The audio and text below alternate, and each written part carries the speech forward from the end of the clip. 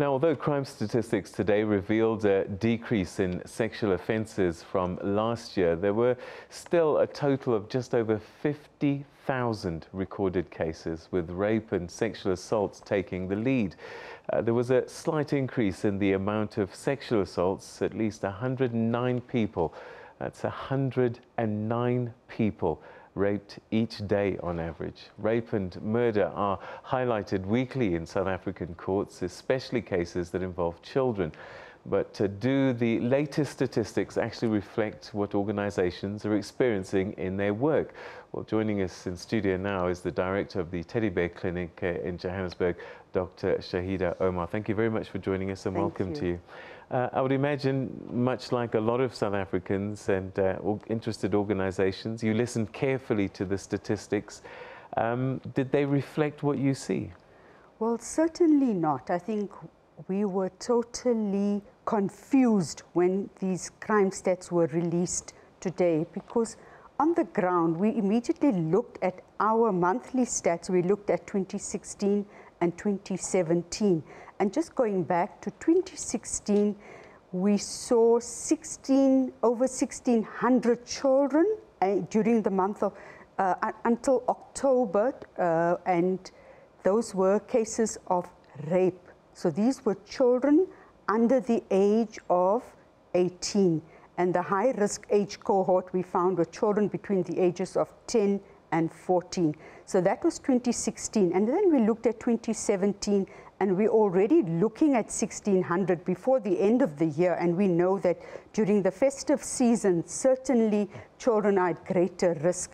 So even looking at our children that have been brought into the system on a monthly basis, where they come in for therapy and come in for court preparation. Now, court preparation only happens when a criminal case is opened.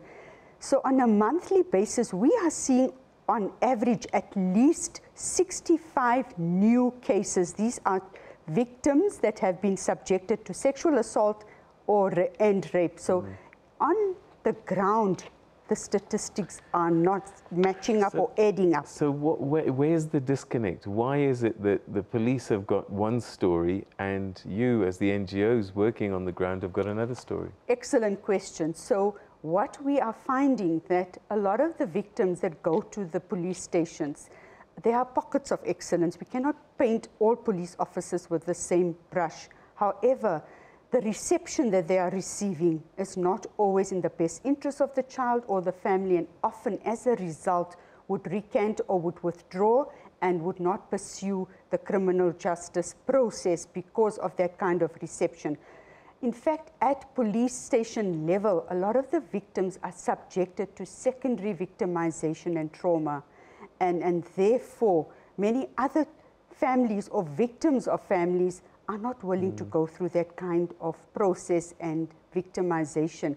And we're finding that it's under-frequent reporting, under-reporting, and therefore it's not an accurate reflection of what we are being presented with at the end of the day.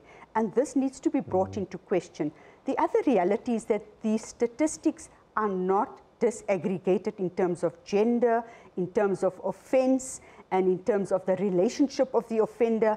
This was in principle agreed to in 2016, that there will be quarterly reports and of course reflecting the disaggregation, but to date that has not materialized. How will the disaggregation help and empower us in managing these crimes? Well, certainly one would know how to intervene, because we would look at ages, one would look at adults, we would look at rape, we would look at sexual assault, but we would look at the gender, the relationship. So the interventions, the preventative measures would certainly assist in addressing the scourge of violence.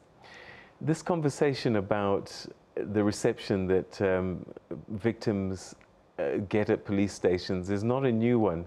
It's been long running. We've had various police commissioners say that they're setting up this, they're setting up that. Are we saying that this isn't happening then?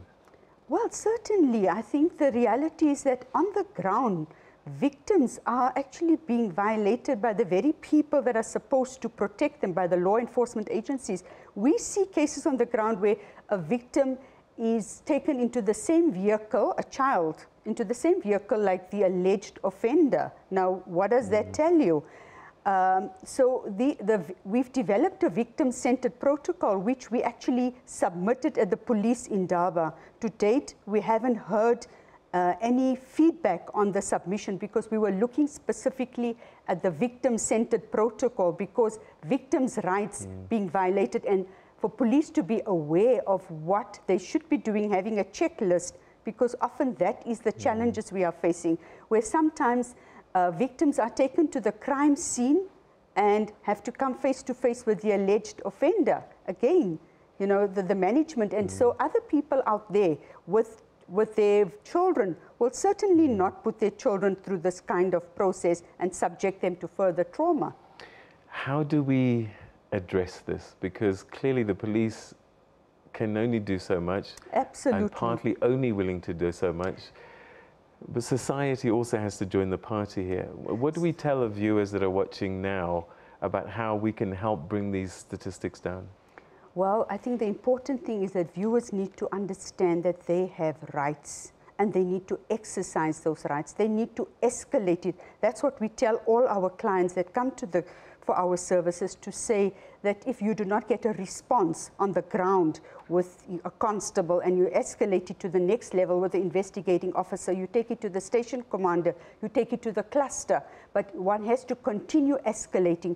You know, one needs to persist and persevere. If we do not, we're not going to win this battle. So we need to ensure if we know that we get heard. Something's happening next door, we must intervene. We can't keep quiet. Absolutely. This requires community intervention. Everybody needs to get involved. People cannot just bury their nose on the ground and forget that, you know, we do not, we exist in isolation. We're all part of an organized whole, and we require an organized interaction and intervention regarding fighting the scourge of sexual violence. All right, Shaheda Omar, thank you very much indeed for joining us and giving us some sobering thoughts to ponder on. But as you say, I think this is a fight that we all have to participate in, and also the authorities as well. Thank you so much for your insights. Thank you. All right, and that's where we'll leave that for the time being. Again, the backdrop of all the crime stats that have been playing out today, and we're just taking a look at the most vulnerable, and that's our children.